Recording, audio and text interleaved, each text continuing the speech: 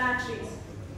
So, it's no secret that the burning of fossil fuels is a major culprit behind global warming, which is why shifting to cleaner energy is crucial.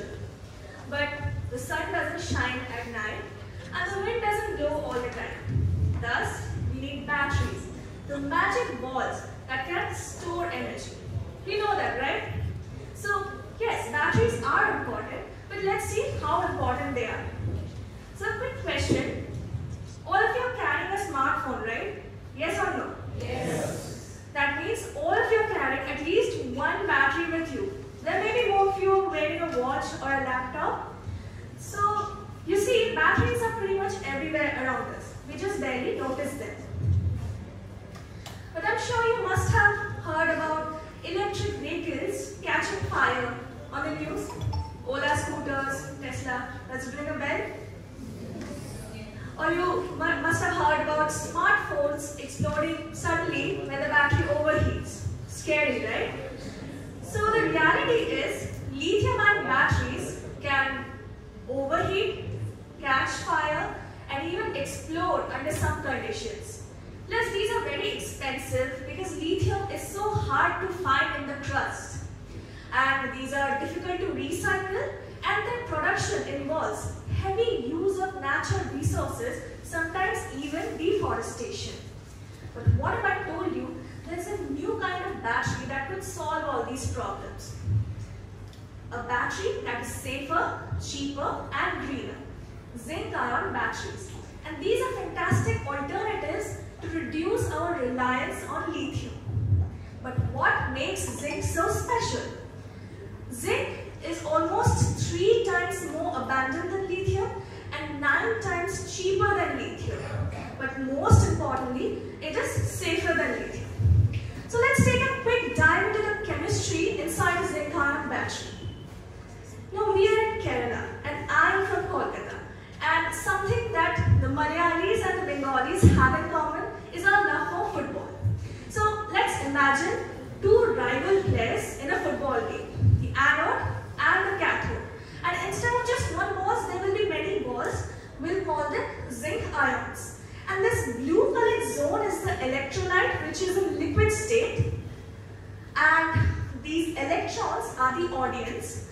They cannot enter the field but are cheering from outside this external circuit.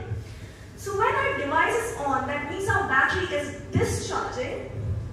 That is when the anode kicks the balls to this side to score a goal. And when you plug in to charge your phone, that is when the cathode kicks the balls to this side to score a goal. You got the gist? Yes. Yeah. I'm talking about batteries, charger, more energy, yes or no? Yes. Alright, excellent. So, something is missing here. Can you tell? Goalkeeper? Goalkeeper is the anode and cathode itself, right. We need a referee, okay? So, otherwise, you see in a thin battery, if the anode and cathode bump into each other, we'll have short circuit. Thus, we use a separator. This guy makes sure that the rival players do not bump into each other, ensuring safety, okay? But you see, this separator is actually soaked in this liquid electrolyte, right? But we also play in the rain and nothing happens to us. But let's see what happens to this guy. So I have soaked a paper in water for some time. And let's see. It is now soft, weak, fragile, and easy to read. So that is your typical liquid electrolyte separator. Over time, this becomes weak and eventually the anode and cathode touch each other, causing short circuit. But then there's the solid state polymer electrolyte that gets the job done in absence of any liquid. So there's no liquid to leak or evaporate or catch fire. So this is a stronger referee that makes sure ensure that the rival pairs stay away from each other, ensuring safety and a longer battery cycle life. Now these polymers are actually long chain-like structures at the molecular level. And what I have used is a cellulose-based polymer. So here's where nature meets science. So the best part is cellulose can be extracted from agricultural waste, forest waste, and even grass. So no deforestation is required. Just a beautiful cycle of nature and science working together to create a sustainable future. And this is the image of the polymer electrolyte that I have prepared in lab. And using the magic of chemistry, I have managed to cross-link these chains, making it stronger and more stable, so the chains won't drift apart, so no more tear. It's like building a network of strong bonds that keeps everything together.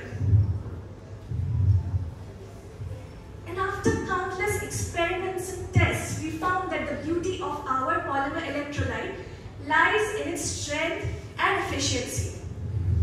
So, our polymer electrolyte is 240 times stronger yet thinner than the regular separators, and the battery lifetime increased 10 times and the storage capacity increased 1.5 times. Now summarizing everything. So our polymer electrolyte for zinc-ion batteries can offer several advantages. First, safety, because no fires, no explosions. Second, low cost, because both cellulose and zinc can be obtained easily, hence reducing the overall production cost. Third, sustainability, because cellulose can be extracted from renewable sources and these are biodegradable. And fourth, enhanced performance in terms of battery life and storage. Now I want to know your thoughts for a second. Like I said earlier, lithium-ion batteries, even though are currently dominating the market, they come with many shortcomings. So it is crucial that we move forward towards a better kind of battery. But the question is, can we make that change? So a quick show of hands, how many of you think we'll still be using the traditional lithium-ion batteries 20 years from now? You guys are loyal, you stick to what you're having, even the flaws, even they have the flaws. Okay, a quick show of hands of, how many of you think zinc-ion batteries might become the mainstream in the next 10 years? Not so loyal. Just kidding. Alright. What I believe is that zinc-ion batteries powered with polymer electrolytes can offer everything that we need. Safety, sustainability and performance. However, they might not entirely eliminate lithium-ion batteries from the market, but they have the potential to reduce our reliance on them. And as we continue to push the boundaries of science and technology, it is important that we remember that nature and science can work together to create something better. There is so much beauty in blending nature with innovation. So now, before ending, like Priyanka mentioned, I have a knack for poetry, and on that note, I have a poem that I wrote for today. So even if you forget whatever I have said so far, I really hope you can take the gist out of this poem. So here it goes. Batteries that charge without the fear, no explosions, no fires, just power so clear. Zinc is abundant, cheap as can be, a safer solution for you and me. Cellulose from nature, no trees must fall, a polymer that is stronger, the best of them all. Sustainable, safe, with power that is strong. Zinc and polymer can do no wrong. No more short circuits, no danger or dread. Zinc ion is the future, let it be said. And that's all for today. Thank you.